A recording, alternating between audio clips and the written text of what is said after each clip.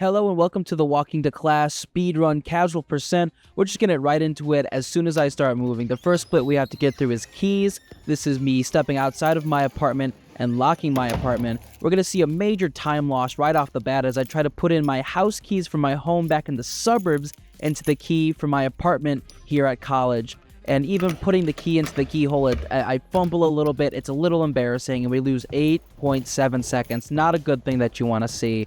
I'm currently in this run debuffed by the Lost Wallet debuff. Don't worry, I found it later in my car. I left it there because the day prior I went to the bank to deposit some money because I got some cash.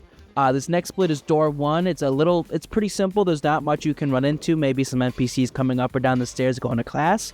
And luckily today we don't get that. Even though we do get lucky, we are still 7 seconds behind, just going through the door. The next split is Main Street. We have to cross Main Street. This is a one-way street for those of you who are not familiar with this game. It is a very busy street. It's one of the main streets, no pun intended. Here, actually, I will highlight that I'm doing a technique where I stare at the floor with the camera.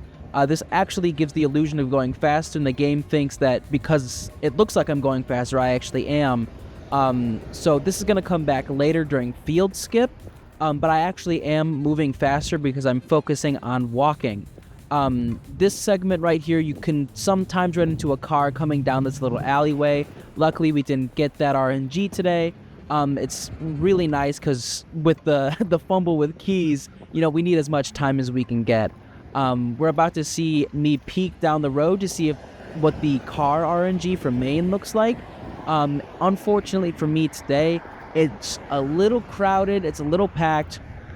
Maybe if I wasn't doing the casual run where I was allowed to sprint, that is a stipulation with this run, there's no sprinting. I think in a more competitive run, I would have been able to make it out that first one. We are going to take a risk here by crossing now. There's a rather large pace truck coming down the street, but I walk fast enough and there it is, there goes the pace truck. Now we've made it to field split. This split is usually pretty calm. For this run, it's pretty calm. Sometimes the NPCs are walking through your path and you have to diverge to avoid them. But luckily, as we can see, there's only 2 here, and we're going to see a little further that there's one off to the left, but they're both walking in my direction, so luckily I don't have to worry about it. I actually have the buff on this run of 8th anniversary with girlfriend. I woke up this morning feeling confident, feeling excited for the day, and that gave me a lot of energy that I didn't have in previous runs. That mixed with the staring at the ground technique actually gives me a lot of speed while crossing the field.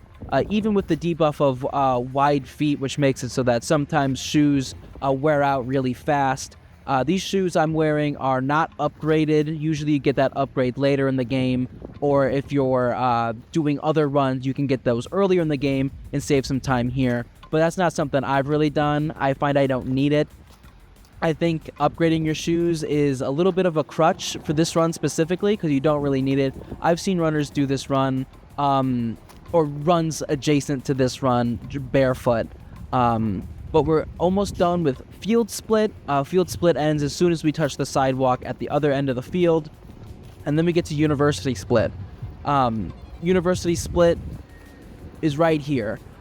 This is another street split, but this is a 2-way street. We can see there's a bus and several cars here, and there's a truck waiting to turn. And right after this car, I decided to take the risk as the truck was turning left instead of right, and the bus seemed to be waiting for the truck.